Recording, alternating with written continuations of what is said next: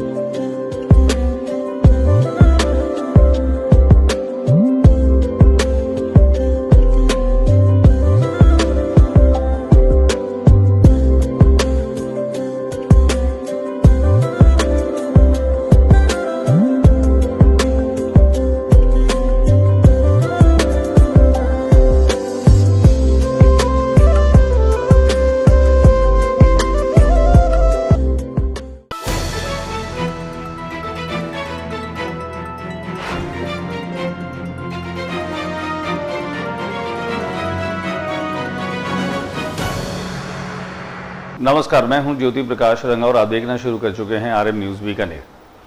मेरे YouTube channel ज्योति times पर बीकानेर संभाग की ताज़ा तरीन खबरें प्रतिदिन आप लोगों तक मैं पहुंचाता हूं। कोशिश करता हूं कि हर हाल में सही और निष्पक्ष खबर आप तक पहुंचे। आइए डाल लेते हैं बीकानेर में दिन भर क्या रहा खास एक नजर। सावन महीने के चौथे सोमवार को शिवबाड़ी स्थित लालेश्वर महादेव मंदिर में दर्शनार्थियों और आस्थावान श्रद्धालुओं की पूजा अर्चना।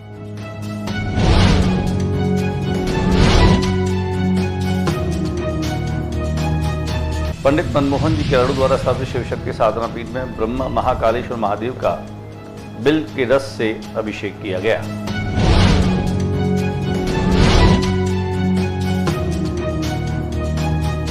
लालगढ़ स्थित मार्कंडेश्वर महादेव मंदिर में सावन के चौथे सोमवार को भक्तों का लगा तांता।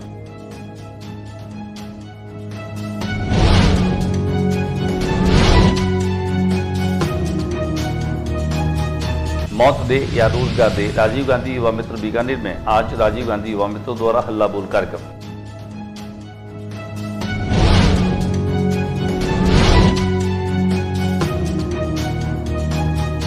आरएसवी के विद्यार्थी दिल्ली के हुए रवाना, लोकसभा और राज्यसभा देखेंगे।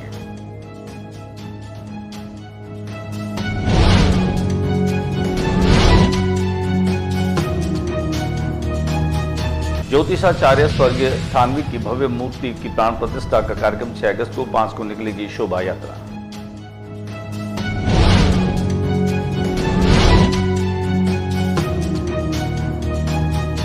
बाबा रामदेव गौशाला के संचालन में अपने प्राणपण के साथ सहयोग कर रहे हैं यहां के पदाधिकारी।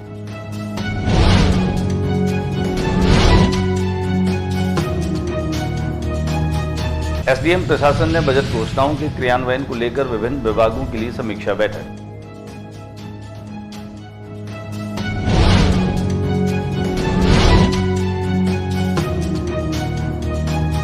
अब खबरें विस्तार से। सावन महीने के चौथे सोमवार को लालेश्वर महादेव मंदिर पर विशेष रूप से पूजा अर्चना की गई। शिवबाड़ी में मेले जैसा माहौल रहा। विमर्शानंद महाराज के नेतृत्व में बड़ी संख्या में यहां श्रद्धालु पहुंचे, जहां उन्होंने न केवल संबित सोमगिरी महाराज की समाधि के दर्शन किए बल्कि लालेश्वर महादेव मंदिर पर उन्होंने न केवल अभिषेक किया बल्कि उनके दर्शन कर कृतार्थ हुए। हमारे कैमरा प्रतिनिधि शंकर सारस्वत की एक रिपोर्ट देखते हैं। दिखाते हैं हम आपको शिवबाड़ी के लालेश्वर महादेव मंदिर की वो तस्वीरें जहां पर आज सुबह से ही शिव भक्तों का तांता लगा रहा। नथुदर गेट के बाहर स्थित है शिव शक्ति साधना पीठ। इसके संस्थापक स्वर्गीय मनमोहन केराड़ू। ब्रह्म महाकालेश्वर मंदिर में आज बिल से अभिषेक किया गया। बड़ी संख्या में यहाँ पर भक्तों ने न केवल बिल के रस से अभिषेक किया बल्कि यहाँ पर पूजा अर्चना की। आइए हम आपको लिए चलते हैं शिव शक्ति साधना पीठ, जहाँ पर ब्रह्म महाकालेश्वर मंदिर पर भक्तों ने रुद्राभिषेक किया और भगवान शिव की आराधना की।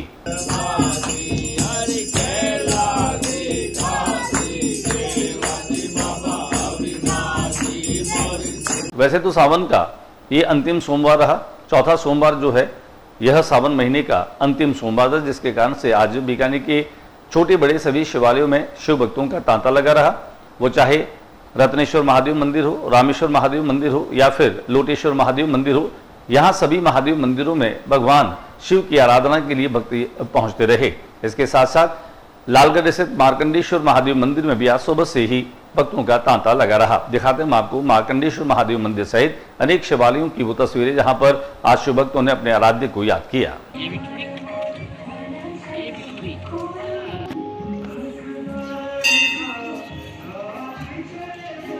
बीकानेर में आज राजीव गांधी युवा मित्रों के द्वारा हल्ला बोल प्रदर्शन का कार्यक्रम रखा गया। जयपुर में भी यह कार्यक्रम रखा गया था। ये राजीव गांधी युवा मित्र इस बात को लेकर के आक्रोशित है कि इन्हें अब बेरोजगार कर दिया गया है। बेरोजगार होने की दिशा में ये इस बात की मांग कर रहे हैं कि सरकार या तो उन्हें रोजगार दे या फिर उन्हें मौत दे दे। आइए हम आपको दिखाते हैं कि किस तरीके से राजीव गांधी युवा मित्रों के द्वारा आज हल्ला बोल कार्यक्रम का प्रदर्शन किया गया। पूर्व सरकार में 5000 राजीव गांधी युवा मित्र लगे हुए थे, उनको तत्कालीन सरकार ने आते ही सिर्फ राजीव गांधी नाम बदनाम जुड़े होने के बाद सेवाएं समाप्त कर दी। तो ये लगभग 2 साल से संघर्ष चल रहा है, आंदोलन चल रहा है। 72 दिन शहीद स्मारक पे धरना जयपुर में हुआ था। उसके बाद कुछ साथी पानी की टंकी पे चढ़ गए थे। अंतिम पड़ाव जयपुर में हुआ। हमारे परिजनों को साथ लेकर हम आंदोलन करेंगे और सरकार से मांग करना चाहते हैं कि आपके गलत फैसले की वजह से 6 युवा मित्रों ने सुसाइड कर लिया और कोई युवा मित्र मौत की घाट नहीं उतरे। इसलिए तत्कालीन सरकार से निवेदन है कि जल्द कोई फैसला लेकर युवाओं को रोजगार दें, अन्यथा अगर रोजगार नहीं देंगे। बीकानेर के सबसे बड़े education group RSV education group के बालकों को लोकसभा और राज्यसभा दिखाने के लिए स्कूल प्रशासन दिल्ली लेकर के गया है। रेलवे स्टेशन पर आज सुभाष स्वामी और आदित्य स्वामी के नेतृत्व में बड़ी संख्या में अध्यापक और छात्र शामिल हुए। हमारे कैमरा प्रतिनिधि शंकर सारस्वत ने ये एजुकेशनल टूर के रूप में इस यात्रा को देखा जा रहा है, जिनमें खासतौर से बच्चे लोकसभा और राज्यसभा की कार्रवाई को जीवंत तरीके से और बिल्कुल सामने रूबरू होकर के देख पाएंगे। आइए हम आपको दिखाते हैं रेलवे स्टेशन पर दिल्ली यात्रा की वो तस्वीरें जो खास तौर से हमारे कैमरा पर्सन शंकर सारस्वत ने अपने कैमरे में कैद की।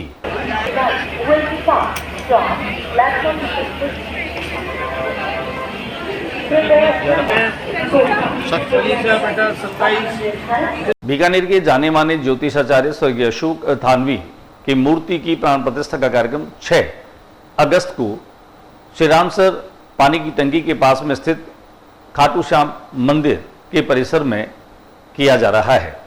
स्वर्गीय अशोक थानवी के बारे में कहा जाता रहा है कि वे बेहतरीन ज्योतिषाचार्य थे, उन पर ईश्वरीय अनुकंपा थी। वे भगवान लक्ष्मीनाथ की अनन्य उपासक और भक्त थे। यही कारण है कि उनके शिष्यों ने उनकी मन की भावना को समझते हुए खाटू श्याम मंदिर में जहां लक्ष्मीनाथ मंदिर की प्रतिमा भी स्थापित है, ठीक उनके सामने ज्योतिषाचार्य अशोक थानवी की प्रतिमा का प्राण प्रतिष्ठा करते हुए स्थापित किया जा रहा है। कर्मकांड भास्कर पंडित दत्तमल पुरोहित के नेतृत्व में वैदिक मंत्रों के साथ में मूर्ति की प्राण प्रतिष्ठा की जा रही है। इस बाबत 5 अगस्त की शाम को 4 बजे एक भव्य शोभा यात्रा का कार्यक्रम भी रखा गया है। वहीं 6 अगस्त को दोपहर में 11:30 से 1:30 बजे के बीच में ज्योतिषाचार्य अशोक थानवी की मूर्ति को प्रतिष्ठित किया जाएगा। इसके साथ साथ शाम को वहां पर एक भंडारे का कार्यक्रम भी रखा गया है, जिसका समय 5 बजे से 8 बजे तक का रखा गया है। इस बाबत एक पत्रकार वार्ता का आयोजन रखा गया, जिनमें बाबरजी गहलोत, विकी मोदी, अरविंद थानवी सहित आनंद रंगा भी मौजूद रहे, लोकेश बोड़ा भी मौजूद रहे, जहां पर वे गौशाला का संचालन करते हैं। इसके साथ साथ इस भव्य मंदिर की देखरेख और इसका संचालन भी इनके द्वारा किया जाता है। कुल मिलाकर के ज्योतिषाचार्य पंडित अशोक थानवी के तमाम शिष्यों ने अपने गुरु के प्रति आस्था व्यक्त करते हुए इस मूर्ति का निर्माण कराया है। उसकी प्राण प्रतिष्ठा का कार्यक्रम शुरू हो चुका है, जो कर्मकांड भास्कर पंडित दत्तमल जी पुरोहित के नेतृत्व में चल रहा है। आइए इस मौके पर क्या कुछ कहा आयोजकों ने और यहाँ के संचालकों ने, हमने उनसे की बातचीत। आइए दिखाते हैं हम आपको ये मंदिर का परिदृश्य और खास तौर से इन तमाम संचालकों से जो हमने बातचीत की, उनके संपादित अंश। जी थानवी के शिष्य भी हैं, उनके सुपुत्र हैं अरविंद थानवी। सिद्धू, हम उनसे बातचीत करते हैं। सिद्धू, पहले बताइए, जानकारी दें, चूँकि पिताजी की मूर्ति लगनी है उनका एक तरह से विधि विधान के साथ में जो वैदिक कार्यक्रम होता है वो चल रहा है।